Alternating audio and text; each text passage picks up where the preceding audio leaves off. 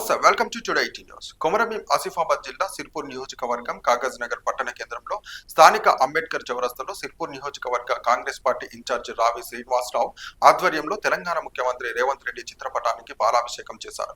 ఈ కార్యక్రమంలో వారు మాట్లాడుతూ ఎన్నికల భాగంగా రైతులకు ఇచ్చిన మాట ప్రకారం మొదటి విడతలో భాగంగా దాదాపు 12 లక్షల రైతులకు దాదాపు 6,100 కోట్ల రూపాయలు రుణమాఫీ భాగంగా రైతులకు మాఫీ చేయడంతో రైతులు సంతోషాన్ని వ్యక్తం చేస్తున్నారంటూ, ఇదే కాదు ఎన్నికల్లో ఇచ్చిన హామీలు ప్రతిదీ నెరవేర్చడమే ముఖ్యమంత్రి రేవంత్ రెడ్డి కాంగ్రెస్ పార్టీ లక్ష్యమని అన్నారు.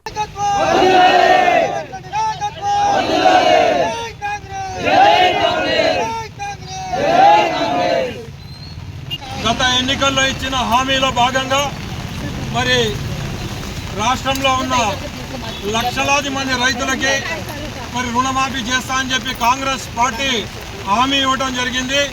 ఆనాడు ఏదైతే హామీ ఇచ్చారో రేవంత్ రెడ్డి గారు కాంగ్రెస్ మేనిఫెస్టోలో మరి రైతుల రుణమాఫీ చేస్తా అని చెప్పి ఏ విధంగా అయితే చెప్పారో అదే విధంగా ఈరోజు కాంగ్రెస్ అధికారంలోకి వచ్చిన తర్వాత రేవంత్ రెడ్డి గారు ముఖ్యమంత్రి అయిన తర్వాత మరి ఈనాడు దాదాపు 12 లక్షల మంది రైతులకి ఏకకాలంలో రుణమాఫీ చేయడం జరిగింది.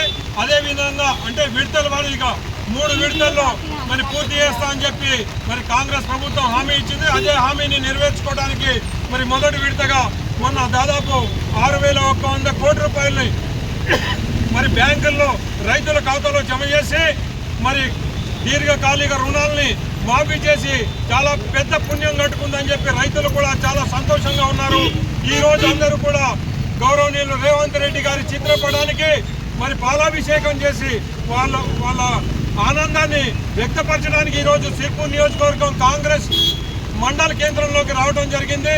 వారందరినీ కూడా పేరున అభినందిస్తున్నాం.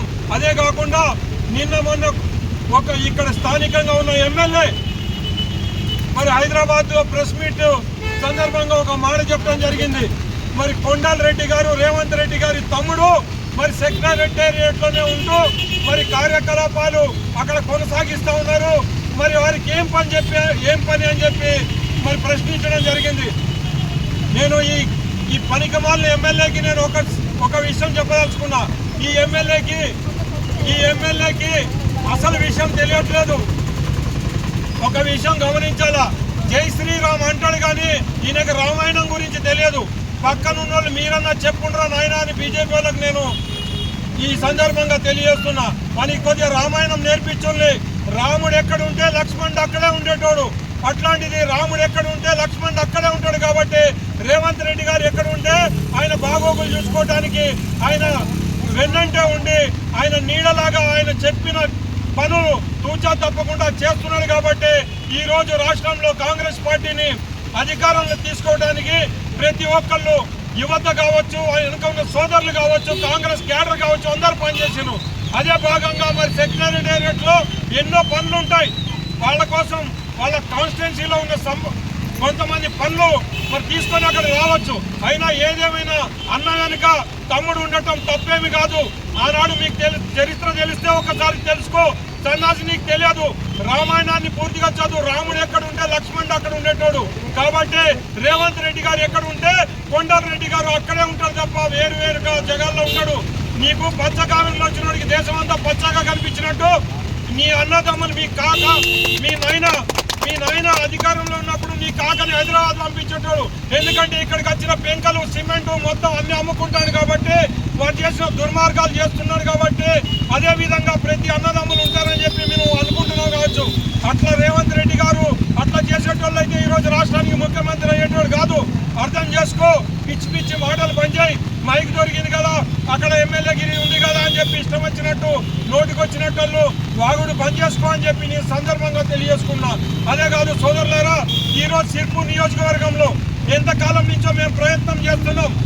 ఎవరన్నా ఇక్కడ ఇండస్ట్రీస్ పెడితే బాగుంటుందని చెప్పి మేము వాంకిడి దగ్గర ఎక్కడికో పోయే ఇండస్ట్రీని వాంకిడి ప్రాంతంలో పెట్టుకుంటాం. ఆసిఫాబాద్ నియోజకవర్గంలో అంటే మా నియోజకవర్గంలో పెట్టండి, మేము తక్కువ ధరకే భూములు కొని పెడతామని చెప్పి మరి కొంతమంది ఇండస్ట్రీస్ని అడిగితే వాళ్ళు ఇక్కడికి రావడం జరిగింది. ఈ హంసాపూర్ ప్రాంతంలో ఇండస్ట్రీ వస్తే దాదాపు 500-600 మంది 1000 మందికి ఉపాధి దొరుకుతుందని చెప్పి మేము ప్రయత్నం చేస్తే ఈ మొన్నటిదాకా ఇక్కడ ఉద్యోగ అవకాశాలు కల్పిస్తా రాజ్యాధికారం తెచ్చి మీ అందరికి ఉద్యోగాలు ఇస్తా అన్నాడు. ఇలా కంపెనీ బంద్ చేయాలని అంటున్నాడు. నువ్వు రా, నువ్వు చదువుకున్నావా చదువుకోలేదా నాకు చెప్పు ప్రవీణ్ కుమార్. ఇవాళ నీకు మొత్తం పర్మిషన్ నీ ముందు పెట్టి చూపిస్తారు వాళ్ళు, చూసుకో. అదే కాదు ఇంకా 2-3 ఇండస్ట్రీలు తీసుకురావాలా, ఈ ప్రాంతంలో 2-3 వేల మందికి ఉద్యోగాలు రప్పియాలని చెప్పి అవకాశాలు కల్పించాలని మేము ప్రయత్నం చేస్తూ ఉంటే మాకు ప్రజల అధికారం కట్టబెట్టకపోయినా మేము ప్రజల కోసం ఈ ప్రాంత అభివృద్ధి కోసం కృషి చేస్తూ ఉంటే విషం చెమ్ముతూ మరి వచ్చే కంపెనీలు కూడా రావద్దని చెప్తున్నావు. నీకు అసలు నువ్వు ఈ ప్రాంతంలో పుడితే ఈ ప్రాంత ప్రజల మీద నీకు ప్రేమ ఉంటుండే, కానీ అటువంటిది ఈ ప్రాంతం కాదు నీది. ఎక్కడ ఆలంపూరుడు కాబట్టి నీకు ఈ ప్రాంత ప్రజల మీద ప్రేమ లేదు. అందుకే నువ్వు ఇక్కడి నుంచి ఇండస్ట్రీస్ వెళ్ళిపోవాలని చెప్పి మాట్లాడుతున్నావు. మీకు ఇంకా ఏమన్నా సహకారం కావాలంటే మేము చేస్తాం, మీరు ఇటువంటి ఇండస్ట్రీస్ ఇంకా నెలకొల్పమని చెప్పాలా. ఇవాళ కాంగ్రెస్ పార్టీ అధికారంలోకి వచ్చిన తర్వాత ప్రజల హితంతో పనిచేస్తూ ఉంటే ఓరో లెక్క పిచ్చి పిచ్చి కూతలు కూస్తున్న వీళ్ళిద్దరికీ ప్రజలే తగిన బుద్ధి చెప్తారని చెప్పి ఈ సందర్భంగా తెలియజేసుకుంటూ సెలవు తీసుకుంటున్నా.